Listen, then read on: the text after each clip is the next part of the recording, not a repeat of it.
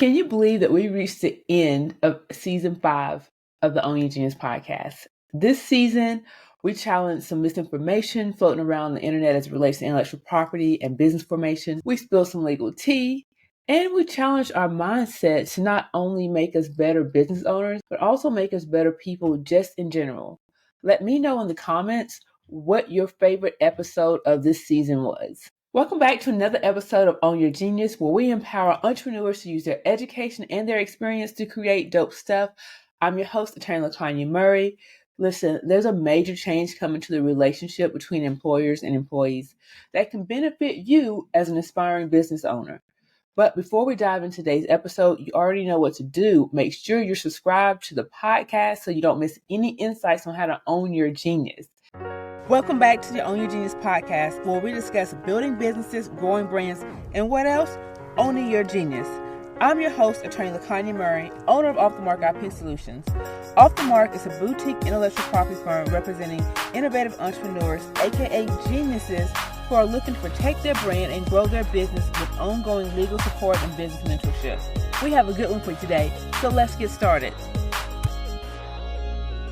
Many companies here in the U.S. use non-compete agreements, also known as covenants not to compete, as a way of protecting their business interests when working with employees. A non-compete agreement is a legal contract or clause within a contract that is typically signed at the beginning of the employment relationship that restricts an employee from competing with the business directly or indirectly from some specific duration of time after their employment has ended. So some of those key aspects of a non-compete agreement are that restriction on competition, like I talked about.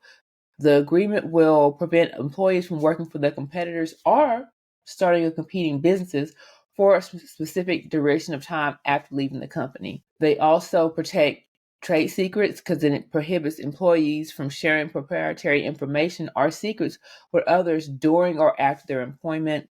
And the main thing about non-compete agreements that they're not just infinite, right? There is a limitation on how long they can prevent someone from working and preventing them and what they can do. So the term often includes the length of time of restriction. It includes the geographical area and a specific market or field in which the employee is restricted from working. So you can't just say, hey, you can't work for a competing company for ever. Like you just can't, that can't be a period at the end of that. It would typically need to be a 1 to 2 year term within a specific geographical area. And if I was an engineer, right, but I wanted to go into some other position with the company, there might be a restriction on that. It would be hard to restrict me from doing something else that wasn't related to what the work that I was doing within that company that had me sign the non-compete agreement. So that's kind of how that works, the non-compete agreement. The other thing you should know about the non-compete agreement is that depending on how valid it is in the enforcement of the non-compete agreements, because that can vary by jurisdiction, it's not a federal thing, it might require the employer to provide some form of compensation during that restriction period. Because if I can't work and I'm not working for you, how am I getting paid?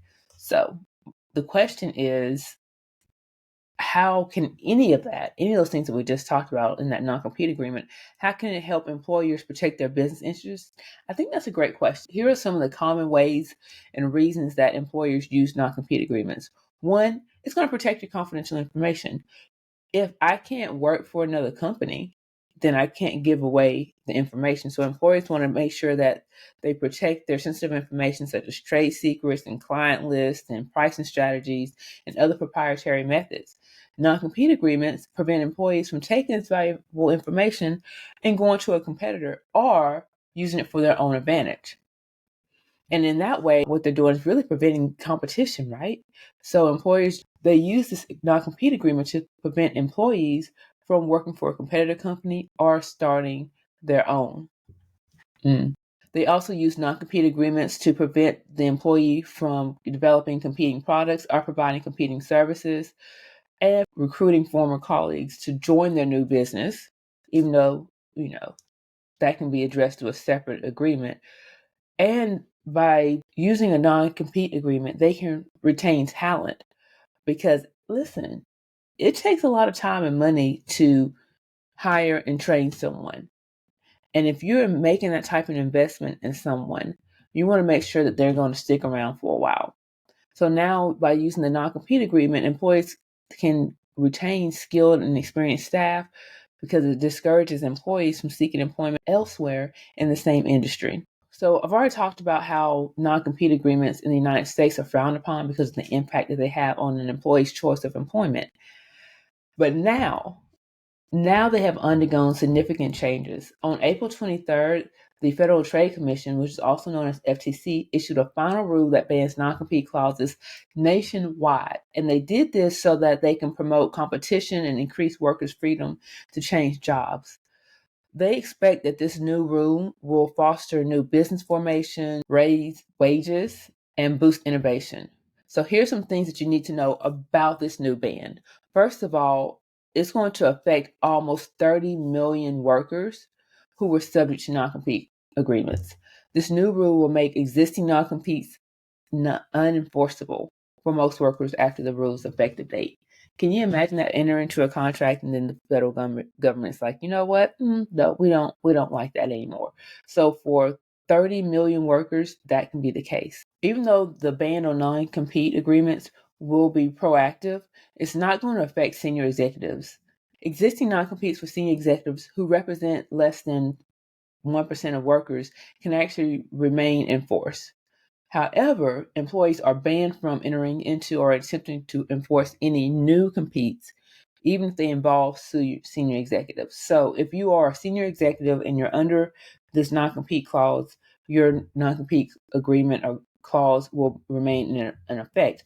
But if you've been hired for this role as a senior executive, they can't force you to sign a non-compete. And also, under this new ban, employers will be required to provide notice to workers and other senior executives who are bound by existing non-compete agreements that they will not be enforcing the non-competes against them. So it's not like this little secret they can just keep and hope no one finds out. They have to give the workers notice that, hey, your non-compete agreement is void. So when does this take effect? So they made the ban on April 23rd. It's going to become effective 120 days after publication in that federal registration. So if April 23rd was when it was published, then we can see this ban taking effect somewhere around late August. But this is what you need to know is that people aren't just laying down and taking this, right? It's going to affect a lot of business owners. So we can expect some ongoing legal challenges, which actually could impact the start date or enforcement date of the ban.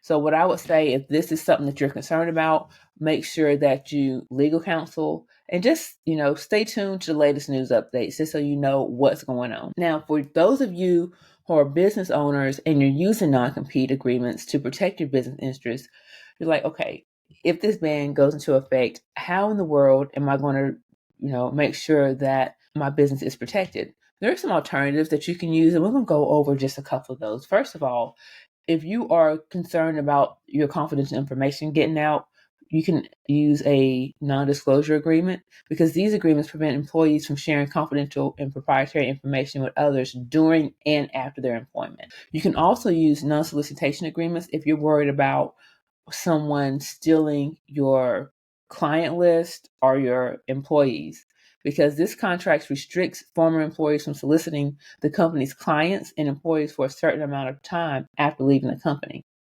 So you can go and you can start your business. They can go and they can start the business, but they can't take your client list and they can't take your workers with you for a period of time, of course. And then trade secrets, because we know as business owners, there are things that we do that give us a competitive edge. And a lot of times we need our employees to help facilitate that. So when they leave, we have this huge fear, oh my gosh, they're taking my proprietary information with them. And you can actually rely on the fact that it's a trade secret to protect you when that person leaves. And we have an episode about trade secrets. You can check episode 108 for more information about trade secrets. There's also things that you can put in your employment agreements that will require employees to repay certain benefits like training costs if they choose to leave the company within a specific time frame. So I know I have a client that offers dental, dental school assistance. Yeah, that she sends her people to like dental hygienist school, but they have to stay and work for a certain amount of time. And if they don't, then they have to repay what was invested in their training. So things like that to make sure that it's not a total loss. And if you're worried about your intellectual property, you can make sure that you have assignment clauses and agreements signed by the employee. And then one final thing you can do is, even though they can leave, even though your employee can leave, you can actually require them not to work while they're getting paid. So if they put in their 2-week notice, right, you can say that, hey, while we're paying you, you can't go work anywhere while you're getting paid by us. And what that'll do is deter them from going to your competitors immediately. That'll give them, give you a little bit of time. So those are just some things that you can do to protect yourself if you feel like this non-compete, if you feel like the ban on the non-compete agreement is going to affect your business. But let's talk about the new and expiring businesses. This ban on non-compete agreements is expected to have a significant impact on startups and small businesses in several ways. First of all, one thing it's going to do is increase the talent that's in the market, because if people are no longer restricted by non-compete agreements, that means they can leave jobs they're not satisfied with, and they can be in this pool of talent that you might use for your startup or new business. Also, innovation. The FTC estimates that the ban will lead to an increase in new business formation by almost 3% per year, which can result in almost 9,000 additional new businesses each year. And the fact that we have these new businesses in commerce could really foster a more dynamic and innovative business environment. You can't be in business if you're not solving a problem. So these new businesses can help come up with creative ways to solve problems. And I think what it's also going to do is create a culture shift, because startups and businesses, they might need to focus more on creating strong culture in their company to retain employees, rather than relying on non-compete agreements to prevent them from leaving. So now you're going to have to be nice to folks, right? You're going to have to treat them right. You're going to have to pay them right, and just create an environment where people want to come to work. And finally, the way that the ban on non-compete agreements can affect small business owners and startups is that the startups and the small business owners still have to consider the intellectual property and the contracts that the former employee signed with their employer, right? So I think overall, this ban can be a positive development for startups and small businesses, and encouraging more competition, innovation, and healthier job market. But, there might also be some concerns about protecting trade secrets and intellectual property. And if that's the case, there are other agreements that we can use in order to protect those interests. So, geniuses, thank you so much for tuning in to our final episode of the season. What are your takeaways from this week's episode? If you found today's podcast insightful, make sure to share it with some fellow entrepreneurs, and don't forget to subscribe, rate, and leave a review. Until next season, let's take this conversation over to the Mark Legal community. I want you to share this episode with 3 people and have them meet you there. But you know what to do before you go. Make sure you hit that subscribe button and rate the podcast. Until next week, I want you to keep building your business, growing your brand, and owning your genius.